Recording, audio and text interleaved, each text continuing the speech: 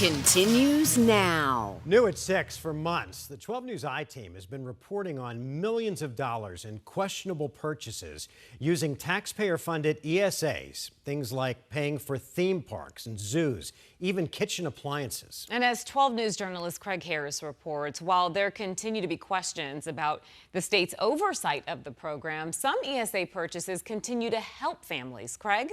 Hey, Mark and Kribe, good evening. We've reported how ESAs have paid for things like those trips to theme parks and home appliances, like you said, and critics have questioned about using ESAs for backyard trampolines and play structures.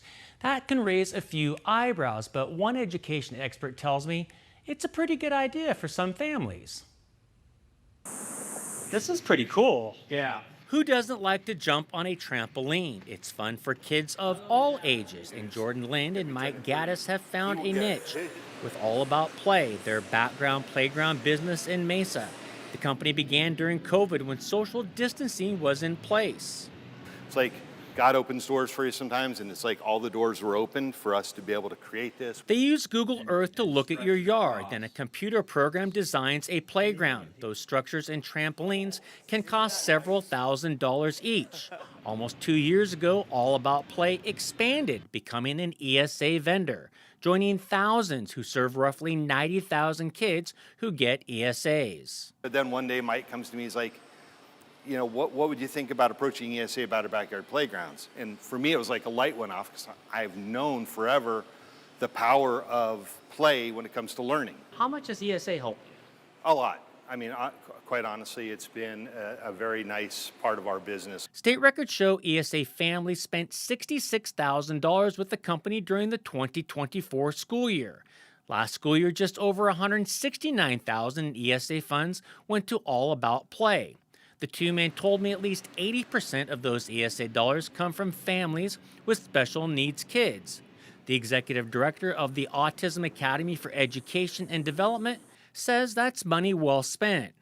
There are so many different reasons why that would be helpful for a student that has special needs and has physical limitations. Shannon Mitchell adds families with special needs kids have numerous concerns others may not have. You think, oh, well, they can just go to a park. No, that might not be safe for them. Okay. The perimeters of parks are huge. A lot of our students are flight risks. There's just dangers that can happen. Lynn, who is an ESA parent, says the program has been a huge blessing to many ESA families. 2/3 of the families that we work with probably wouldn't be able to get a playground in their backyard without the help of ESAs. It's being used mostly in a very good way. How would you respond to folks say, gosh, using ESA money on playground equipment, that seems kind of luxurious? I can see their point of thinking that way, but knowing what I know about the link between play and learning and education and what it does for a child emotionally, cognitively, physically, socially, you know, I 100% believe that this is the right fit for those families, especially homeschool families. Reporting from Mesa, I'm Craig Harris, 12 News. Well, critics of the ESA program tell us that taxpayers should not be funding private backyard play structures, regardless of a family's situation. But there's another thing to note.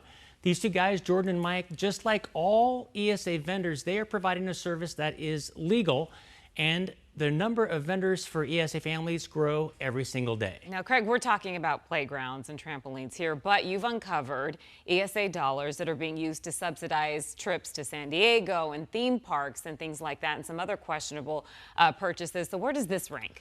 Well, this did raise some eyebrows when I saw it, and I thought, gosh, that seems a little questionable. But you know, when I went out there and talked to those guys, they were very open, they were very transparent. It's like they kind of fell into this, and they didn't start when the first year it came out. They waited, and their business has grown a little bit. So, you know, their critics are going to probably say this is maybe not money well spent, but like we heard from an expert, it's not a bad idea. And it's not illegal either. It's not illegal at all. Right. Really, until the laws are changed, I don't know how you can question any family who decides to say, as long as it's legal, why wouldn't I? Well, yeah, but there are some things that are illegal, and what we're going to talk about next week for other stories are some really questionable things that have happened that have got slipped through. And so, but you're right, there's a lot of ways you can buy things, and if you back it up, you can pretty much spend ESA dollars any way you want. A lot of gray area in Yeah, this. there really is. All right, Craig, Thanks a lot.